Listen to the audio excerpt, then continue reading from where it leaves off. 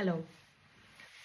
खूप दिवसापासून माझ्या डोक्यात ही एक कल्पना होती, जी मला खूप दिवसापासून सगळ्यांना सांगायची होती.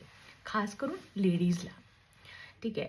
आपल्या लेडीजचा हा नेहमीचा प्रश्न असतो, की आज नाश्त्याला काय? जेवणाला काय? रात्री जेवणाला काय? ठीक आहे. तर ह्या ज्या गोष्टी आहेत, ह्या कशा सॉल्व्ह करायच्या? आता ना जसं आपल्या टाउनशिपमध्ये एक क्लब हाऊस म्हणून असतं. तर तसंच ना एक प्रत्येक बिल्डरने ना हल्ली आता क्लब किचनसुद्धा काढायला हवं. ठीक आहे. म्हणजे कसं आहे, की बायका याच्यात 2 ऑप्शन्स आहेत. पहिला ऑप्शन म्हणजे तुम्ही समजा तुमच्या टाउनशिपमध्ये फॉर एक्झाम्पल 30 फ्लॅट आहेत. ठीक आहे. आणि ह्या 30ही फ्लॅटमध्ये बिल्डरने वेगवेगळे किचन दिले आहेत. तर प्रत्येक किचनमध्ये प्रत्येक बाईने जाऊन न करता तुम्ही एक कॉमन किचनमध्ये जावा आणि तिथे समजा आज 4घी जणींचा टर्न आहे. ठीक आहे. त्या 4घी जणींनी मिळून ठरवलं, की बाबा आजचा हा मेनू आहे. तर आज आपण हा करूया. ठीक आहे. आणि मग हा सगळा रेडी केला, की तुम्ही मग हे परत आता समजा तुम्ही हे 30 दिवसांनी जरी रोटेटिंग ठेवलं, तरी तुम्ही विचार करा त्या बायकांचा टर्न स्वयंपाक करायचा 1 महिन्यानंतर येईल. ठीक आहे ना?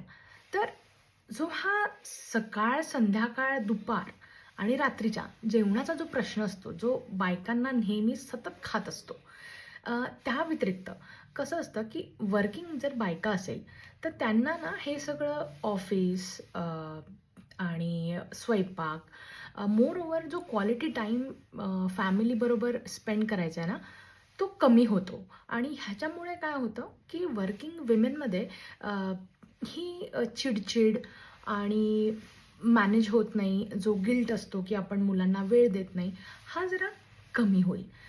आणि समजा दुसरं ऑप्शन आहे, समजा आता त्या बायकासुद्धा वर्किंग आहे.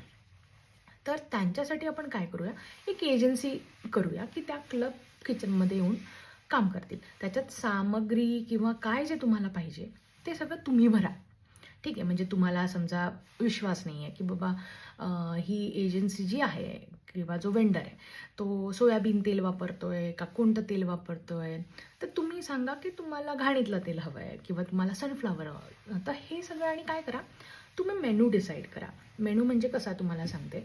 एक आठवडा तुम्ही ठरवा, की महाराष्ट्रीयन फूड. दुसरा आठवडा ठरवा, की गुजराती फूड.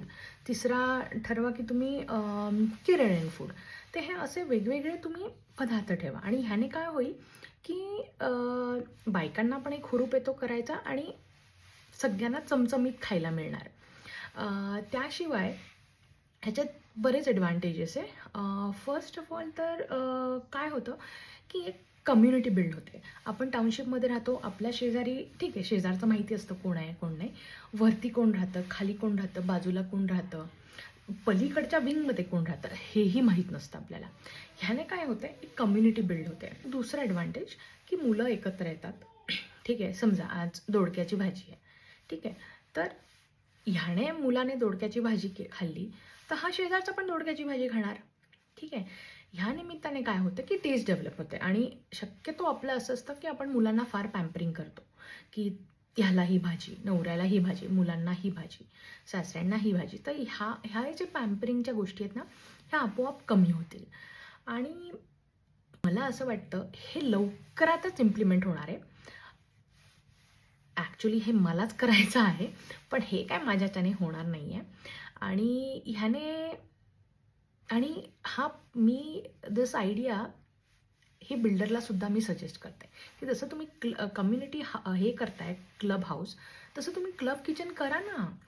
अजून याच्यात काही ॲड करायचं असेल तर तुम्ही नक्की कमेंट करा.